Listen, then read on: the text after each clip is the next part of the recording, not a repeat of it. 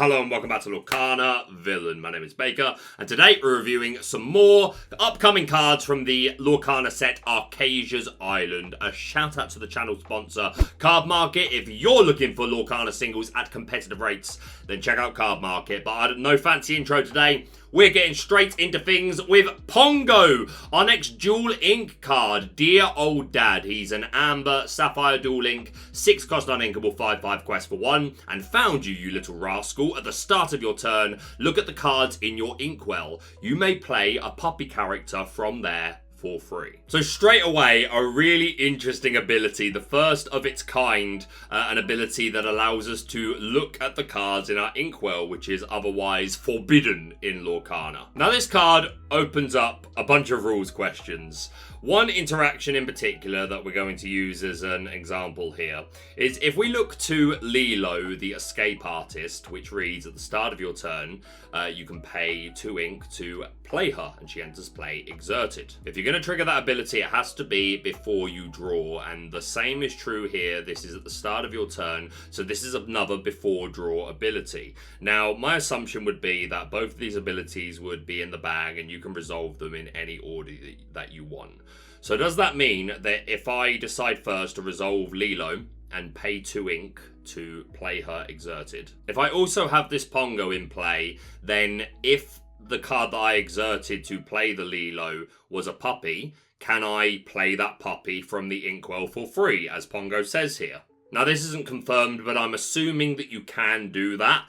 But what it opens up is the question of, okay, well, when I'm inking, can I have a puppy pile of ink? If I'm inking a puppy, can I ink it over here, and anything else I'm going to ink over there? So that if and when that point in the game comes where I have a Lilo in discard and I'm going to trigger her ability and I also have a Pongo on board, can I deliberately go, oh, okay, well, this is my puppy pile, so I'm going to exert one of these ink to play the Lilo, and then when Pongo triggers, have that be the ink that I play for the turn. So it opens up questions about basically what is considered note-taking. So don't have confirmation on any of these rules that I've just brought forth yet. When that does come, then I'll be sure to talk about it. But yeah, it's really interesting straight off the bat. But let's talk about the other puppies.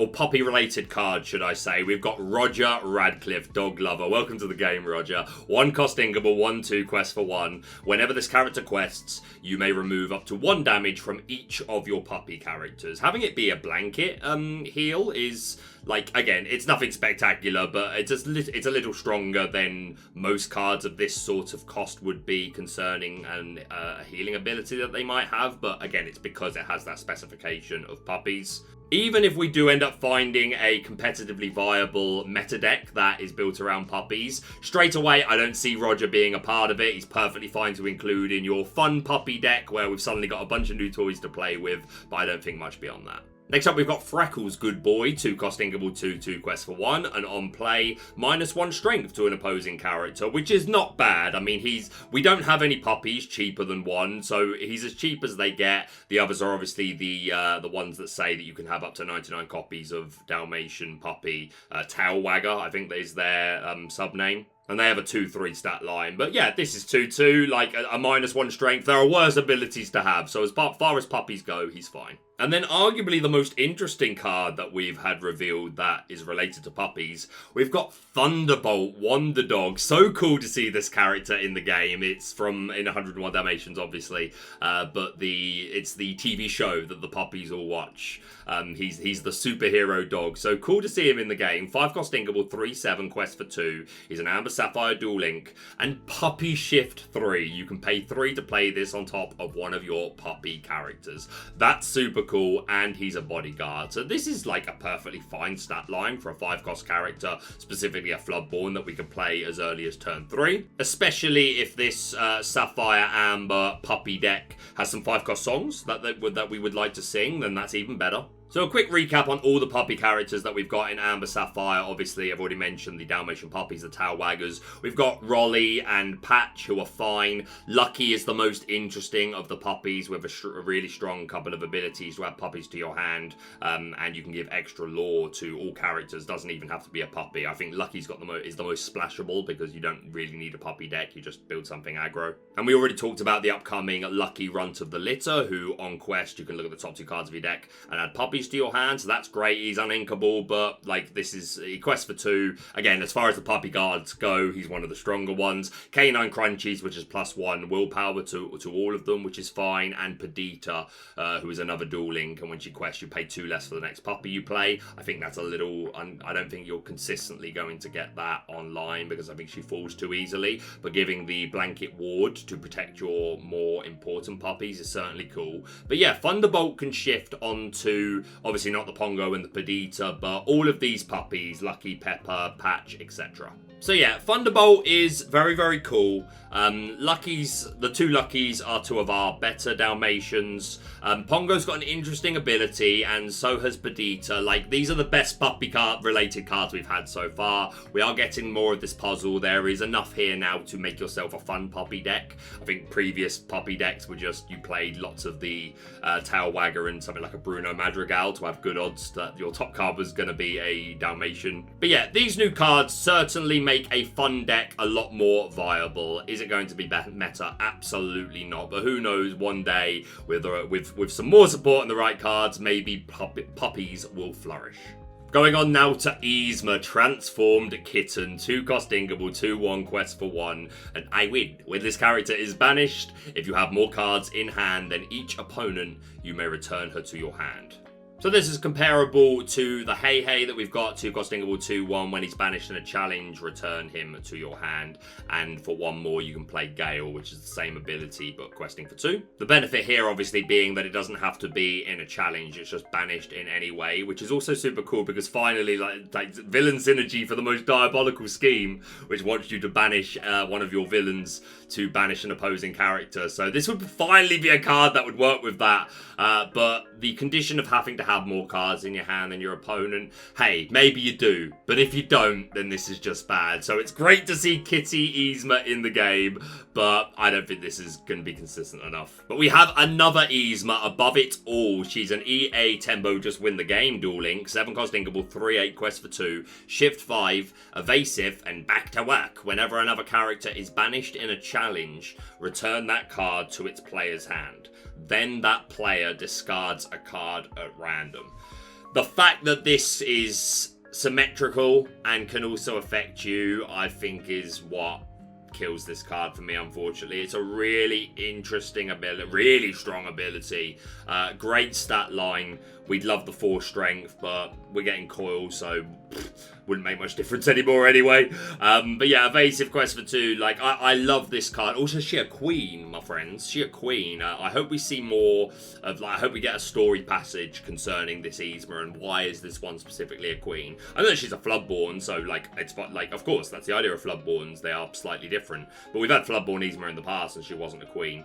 So I want to know what makes this one a queen on Archazia's Island. Give it to me, Disney Lorcana team. But yeah, obviously, you would only look to play this in board states where you feel like you're going to be on the positive end of this ability, but I don't know, man, it just feels like a double-edged sword that can really bite you. I mean, again, if you're emptying your hand, maybe there's something there. No, I think it'll be a little bit of fun, but I don't see it being meta. And we have another Yzma, Exasperated Schemer, 2-cost Ingable, 2/2. And how should I do it? When you play this character, you may draw a card, then choose and discard a card. This is a perfectly fine, serviceable ability. Other cards that have this ability, like Cinderella and Simba, have seen play. Obviously, Simba's a 1-cost, which does make a world of difference. But this is in Emerald, so maybe this ink will really benefit from having this ability. One of these must be the right lever, but I'll be a llama's aunt if I can't figure out which one. Love this obvious reference to Pull the Lever Kronk. Oh, tell me we're going to get that action one day. Pull the Lever Kronk. Give it to us. But yes, her ability works particularly well with this new Kronk, who's also an EA Tempo dual link, 5-cost uninkable, 4/4 quest for 2, ward, and I'm loving this. If an effect would cause you to discard 1 or more cards, you don't discard. So important to note, as it says here, it has to be courtesy of an effect. If you are discarding for a cost, such as playing shifting a Diablo, that would not work. You wouldn't be able to take advantage of this and not discard. You just wouldn't be able to shift the Diablo because it is a cost. It is very different. But pretty much anything else, Whole New World, Hypnotize, the Yzma that we just looked at, very intentionally built to work well together, these two, which you always love to see. Sudden Chill, Ursula, challenging into a Merfolk. You save yourself the discard all of the time with this. It is comparable to this Amethyst Magicka Dispel that we have, 4-cost Inglewood 2/5 quest for 1.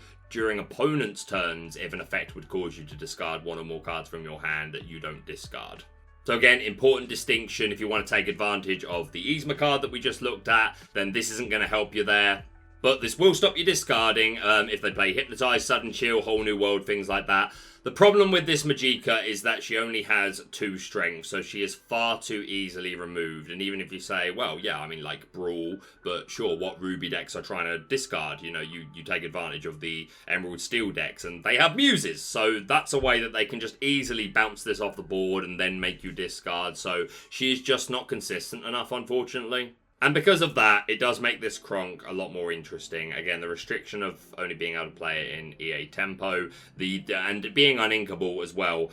Discard would have to be absolutely dominating for this to start finding its way into deck lists, I think. But hey, if this was around during Bucky days, then this would have seen play probably. Again, it's probably still a bit too late, concerning how quickly Bucky could do its thing. But anyway, my point is, like, I don't see this. This is a meta response card, 100%.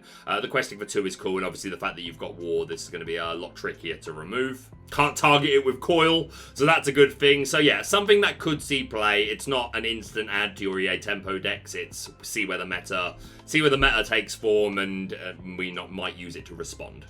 Next up, we've got Show Me More. 2-cost uninkable Amethyst action. Each player draws 3 cards.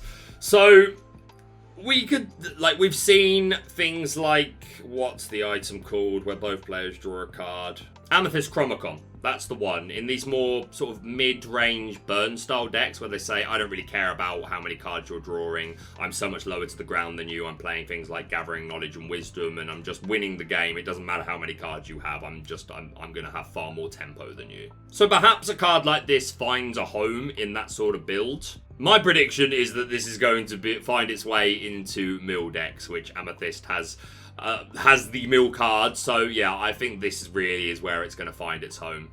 Next up, we've got Pain, Impudent Imp, 1-cost inkable, 1/3, quest for 1. Wasn't there something we had to do for the boss? Was it to test these arrows?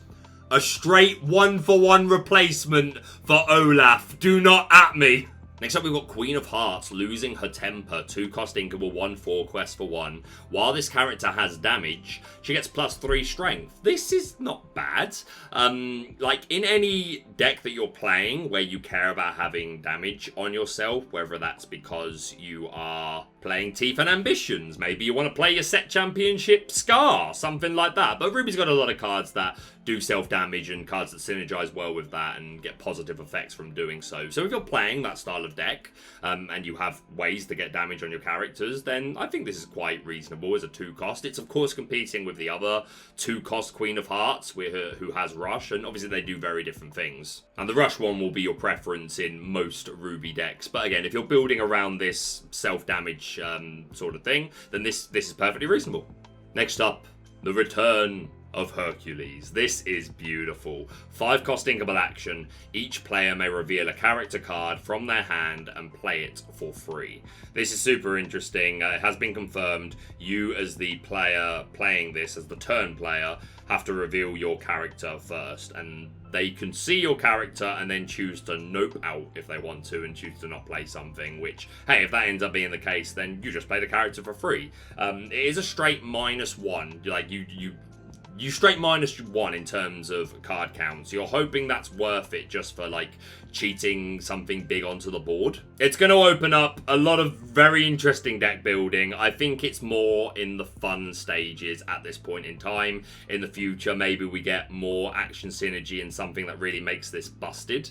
There's already some cool things we can do, like playing this with Ruby and the Robin Hood, where you discard from the top of the deck and play an action for free. There's some great synergy there, but yeah, yeah, I'm just in love with this card. It's not going to be meta straight off the bat, but there's going to be some great fun decks that are going to come out of this, and who knows, in the future, this could absolutely, like, become busted with the right sort of action support. Really like this frame break as well of the clouds both sides, but yeah, this is super cool. I'd love to see an enchanted of this. Next up, we've got Anstasia, Bossy Stepsister, 3-cost Inkable, 3/1 quest for 2. And oh, I hate this. Whenever this character is challenged, the challenging player chooses and discards a card.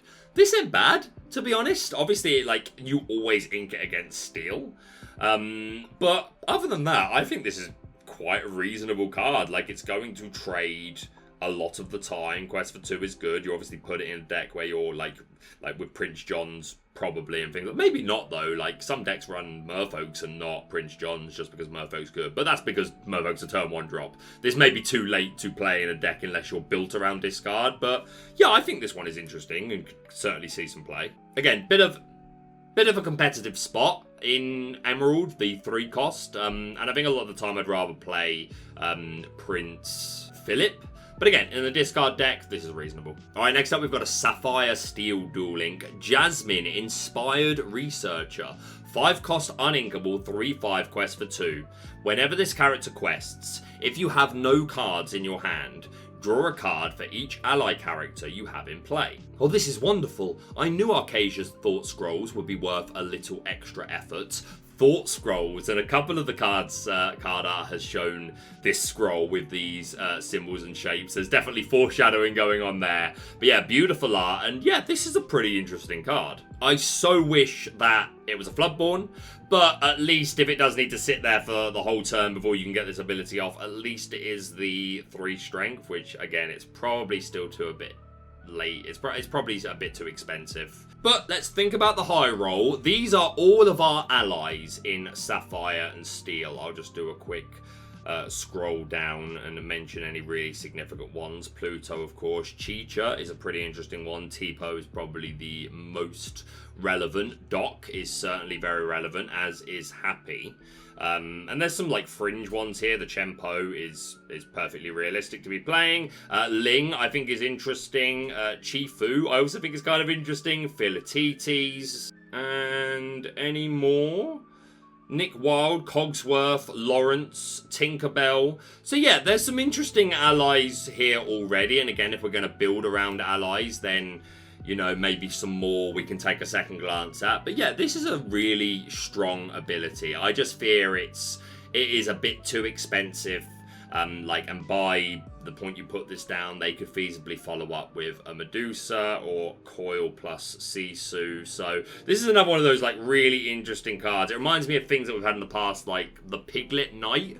Can't remember the full thing off the top of my head, but 3 strength, I know that much. I think you can challenge ready characters if you've got no cards in your hand. But again, there's a card that comes up every now and then where you're like, this is super cool. I would love to give this some play testing, but it just falls to the meta. But maybe in the future she will find her time, because I am interested in this card. And matching the theme, we have Aladdin Research Assistant, 4-cost uninkable, 2/4 quest for 2. And we have whenever this character quests, you may play an ally character costing up to 3 for free. And while this character is exerted, your ally characters get +1 strength. Unfortunately, another uninkable to include in this deck that's being built around allies. Because all of these effects are very cool and like could be strong. We've already got some interesting allies, and as we get more and more, like, they only get better. Again, I just fear that they're a bit too expensive. Although, worth saying, if you are Sapphire Steel, then you are hopefully playing this one on turn 3. So, maybe on the... they probably still just Brawl it, or Ice Block, and then Sisu it. I don't know. It's a shame. Like, I think these cards are cool and could have some potential, but I just fear they're going to get bullied out. Next up, we have Wendy Darling, Pirate Queen. 7-cost inkable, 5/7, quest for 2. Hero, Queen, Pirate Captain, evasive, and tell no tales. Whenever one of your other characters is banished, you may remove all damage from chosen character. This art is beautiful. Why is this not a Floodborn? Why can I not shift this on top of the Wendy Pirate Captain that we got in the previous set? Like, it's a dual link as well. Why is this not a Floodborn? Like, even just shift 5. Do you know what? Would that have broke it? Like, can we be real? Would it have broke this card to give it shift 5? I mean, realistically, I don't know. I don't know what's coming in the future. It's just a bit sad, right? Because this card is so cool. Like, even Floodborn, I still don't think it would see play. But it would, like, at least it would give it some fun legs. And hey, you could still put this in a fun deck. And this art is stunning. I'm just annoyed because I want to play it. But, like, hey. Oh, well. Next up, we've got John Silver. Vengeful Pirate. Let's go. 8 cost inkable, green steel dual link, 6/4, quest for 2. If an opposing character was damaged this turn, you pay 2 less ink to play this character. So a 6 cost if we can assure that we have a way of doing damage. Although worth saying, if you want to play this on turn 6, then that way of doing damage needs to already be on the board. Something like the 2 cost Robin Hood, who can just do a ping, or something similar that can do a ping.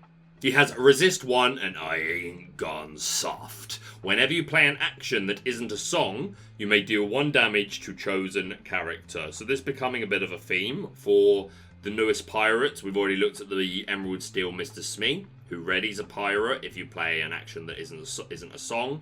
There's a Donald, I think it's a Donald, who allows you to recur actions that aren't songs. Yeah, this one, Lively Pirate, 2 cost uninkable, 1/1, quest for 2, and when he's challenged, you can return an action card that isn't a song from your discard to your hand, which is quite an interesting card in and of itself. So yeah, assumedly if you're playing this, you've got a few of these pirates and you're building your deck around this sort of action package. Off the top of my head, the most notable ones that aren't songs that you would play, obviously Fire the Cannons. Improvise, I think, is a good one, where it's +1 strength to a character and you draw a card. It's just a 1 cost inkable action. That's a pretty cool one that I've been thinking about, because I've already started looking at decks for next set. Mostly fun ones, but definitely looking at Emerald Steel. If the camera's shaking, it's because Hades, my cat, is right here and he's shaking the camera. But yeah, if you're putting this card in a deck, you're probably building around that, and you're also building around just this ability to do ping damage for every time you play one of these actions. So it's going to be one of those decks where damage counters matter. Like the hyenas care about the opposing characters having damage, and I think we've got a couple more this set. My mental library of the Lorcana database is still uploading, but there's a lot of synergy here. He's really cool. He's really, like, I love the theming. I fear that any deck that includes him is closer to the fun side of things than it is the meta side of things, but hey, then that fun deck does seem like it's got a lot of pieces and could have some legs at your local set championship. Next up, we've got Penny the Orphan, Clever Child. I always felt so sorry for this little girl watching the rescuers growing up. Like, she was very much I know she's not the hero of the film. The rescuers are the heroes, but she was very much like, I was like, oh, I was rooting for her because it's such a sad story. 2 cost inkable, 2/1, quest for 2. And our bottle worked. She's so sweet. While you have a hero character in play, this character gains ward. This is pretty cool. It is kind of just a strictly worse Duke Weaselton, though, who is exactly the same, but it's 1/2, 1 strength, 2 willpower, and just has ward, no condition. But I suppose that tells us something. To Ravensburger, the strength and willpower being this way round means more, to the point where this ward requires a shackle. If this was a different ink colour, then you wouldn't necessarily make that comparison, because different inks are meant to be better or worse at doing different things. But the fact that these are both in Sapphire, but again, every character counts, even if an ability is the same or even maybe strictly worse than another character, because names of cards matter. As soon as we get a Floodborn Penny the Orphan, we cooking. Alright, next up we've got the Queen, Jealous Beauty. This is a stunning card. 4 cost, really simple, but I think this is beautiful. No shock. 4 cost inkable character with a 4/3 stat line, quest for 1, and not an ordinary apple. Exert. Choose 3 cards in an opponent's discard and put them under their deck to gain 3 lore. If you moved at least 1 princess this way, gain 4 lore instead. So high roll if you're against Steel Song, where they're running Ariel, Cinderellas, things like that, then this potential 4 lore burst could be even better.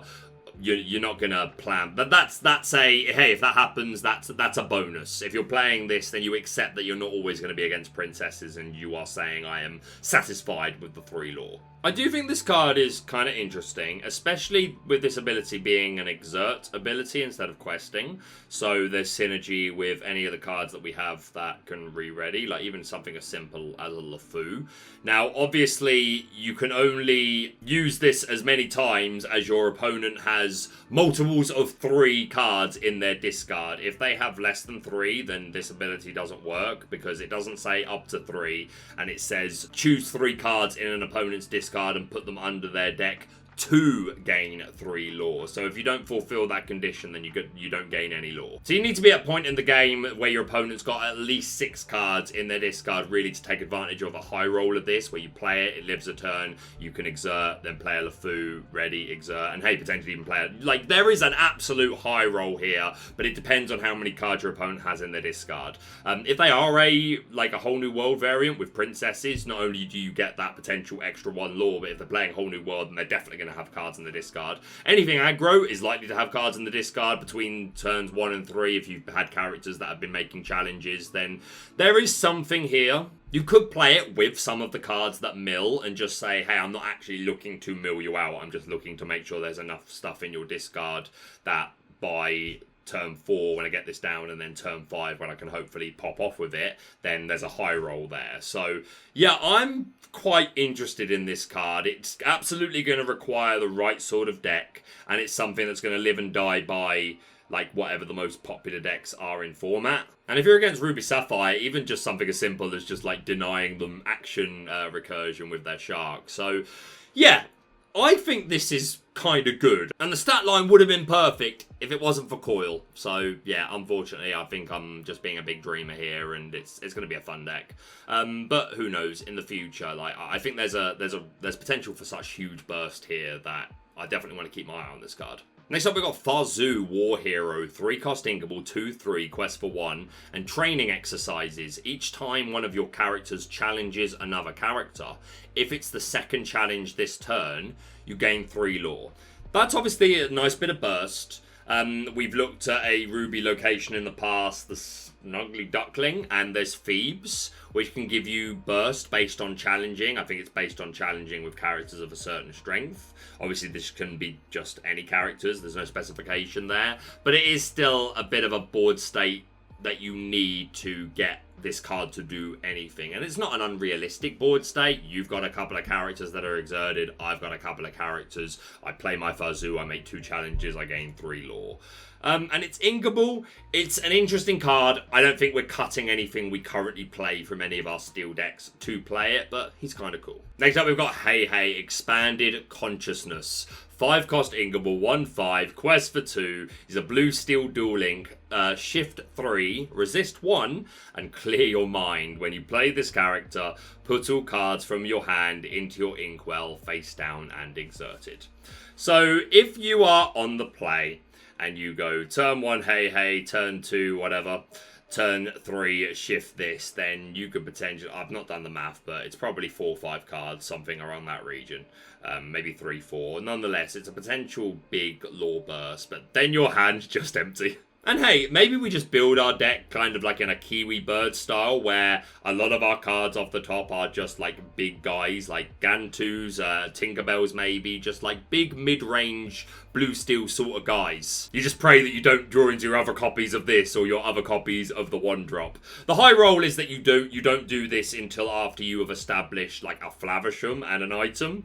We're also getting the new Monsieur d'Arc, who's a 1-cost inkable character, who when he quests, you can banish an item to draw 1 card. So if you can set yourself up a board state where you've got a way to get yourself back into the game, then that makes this a little bit better. But if you're doing that, then you're doing this at a later point in the game where it might have just been better just to have ramped in traditional ways with Fishbone Quill and Sail and things like that. So he's super cool. There's a nice synergy with Chicha. If you play Chicha as your 2-drop, then at least you can play this, resolve this, and then resolve Chicha so you draw a card because you've inked a second time. So at least then you go back into your next turn with 2 cards. Maybe that's enough. I think he's kind of cool. He's definitely going to see some experimentation. condition. Next up, we've got the Dark Magician. We got Donald Duck, Flustered Sorcerer. 7 cost uninkable, 5/6, quest for 3.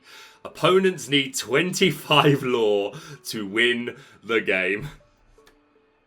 First of all, I know which member of Ravensburger designed this, so shout out to you, sir. This is super cool. This art is amazing. Is it good? Is it a meta card? I have my doubts because, again, like, if you play this just because, oh, you're about to go to 20, so I play this, and now you're only going to 20, 22, 23, maybe something like that, and I buy myself an extra turn. That's all good and everything, but if then they just banish this, then immediately this condition is gone and they're already at 20 lore, so they just win again. It's interesting. It reminds me kind of like of the Emerald Peter Pan, which stops your opponent gaining lore until they make a challenge. It's another one of those cards that sort of says, okay, I'm buying myself another turn here, and hey, maybe just playing, like, if you've both got a board, but they're winning the race, maybe just putting this down means you now win this race. He does have a great stat line, 5/6, and questing for 3. So who knows? Peter Pan has found I've seen a couple of the Peter Pans in deck lists. Is by no means taking over, but maybe the same will be true for this Donald Duck. But I love this, and like even the box where the text is, like the books in the background, so cool. The frame breaks here. This is stunning. I want an enchanted of this one, mate. Next up, we've got Shere Khan, Infamous Tiger, 4 cost uninkable, 4/4 quests for 4. And what a pity. When you play this character, discard your hand. Wow, but look at that stat line, mate. This would work with the Kronk. You play Kronk and then you play this. Profit? Maybe? Probably not.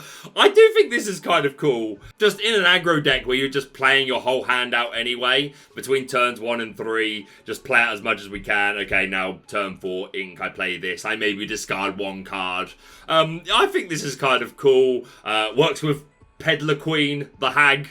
Will work with that as well, with that juicy 4 lore. Yeah, I think there could be some legs here. Next up, we've got Cinderella, the Right One. 4 cost inkable, 2/4, quest for 2, and if the slipper fits. When you play this character, you may put an item card named the Glass Slipper from your discard on the bottom of your deck to gain 3 lore. To remind ourselves of the Glass Slipper, we already talked about it, but here it is, 2 cost uninkable item. You can only have 2 copies of the Glass Slipper in your deck, and search the kingdom, you banish it, exert one of your prince characters, search your deck for a princess character, reveal it to all players, and put that card into your hand. Now, you don't even necessarily have to go through these steps. You can just discard this in a different way. Maybe you're playing Whole New World or one of the other things like Simba Future King. There are plenty of other ways to just discard from our hand. But if you can use the ability, great. It's pretty good just being able to search a princess from your deck, which could be Ariel to find songs, the Baby Cinderella, the 1-drop, the Floodborn one, or this one specifically because you want to take advantage of if the slipper fits. I actually think this is kind of good. The fact that this is on play as well. You can only play 2 of the Glass Slipper. It's eaten into your uninkable count, sure.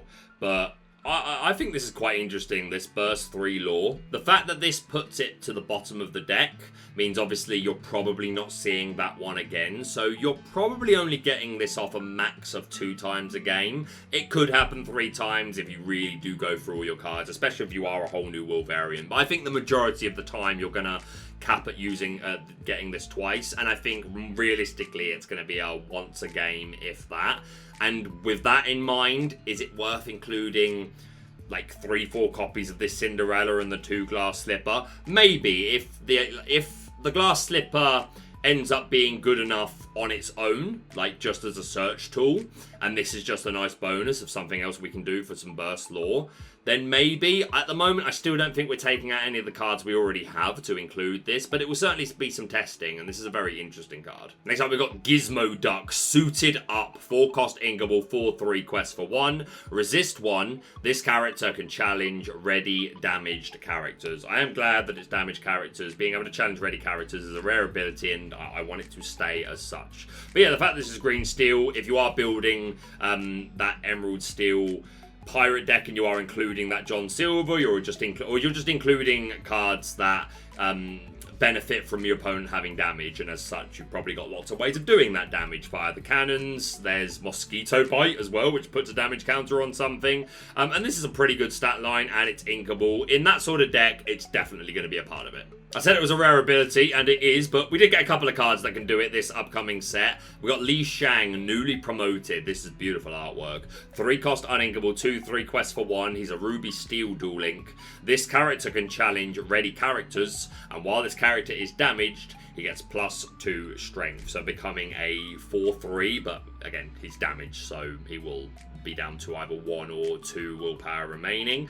That being the case, he's probably always trading. I think one of our better ways to get damage on this is probably Teeth and Ambitions, because you play your 2-drop, you play this on 3, and then turn 4 you use your 2-drop to sing Teeth and Ambitions, put damage on this, and then challenge a ready character, which could be super impactful hitting for 4. But again, if you are doing that, you've only got 1 willpower remaining, so you're probably immediately being banished yourself unless you take out a Diablo or a Merfolk. There's some instances where you might be able to survive. Normally, this is going to be a 1-for-1 trade. If he doesn't have the damage on him, is he good enough as just a 3-cost uninkable with 2/3 that can challenge ready characters? Potentially, it is that strong of an ability, and being uninkable hurts, but he's cheaper than other characters that can do this. And the fact that he could potentially be hitting for 4, I do think is big.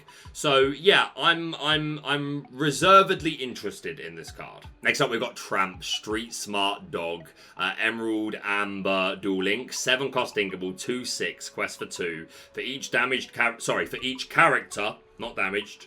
For each character you have in play, you pay 1 less to play this character, and when you play this character, you may draw a card for each other character you have in play, then discard as many cards. That's pretty cool. Would work with the Kronk, but he's Emerald Amethyst, so you can't play these guys together.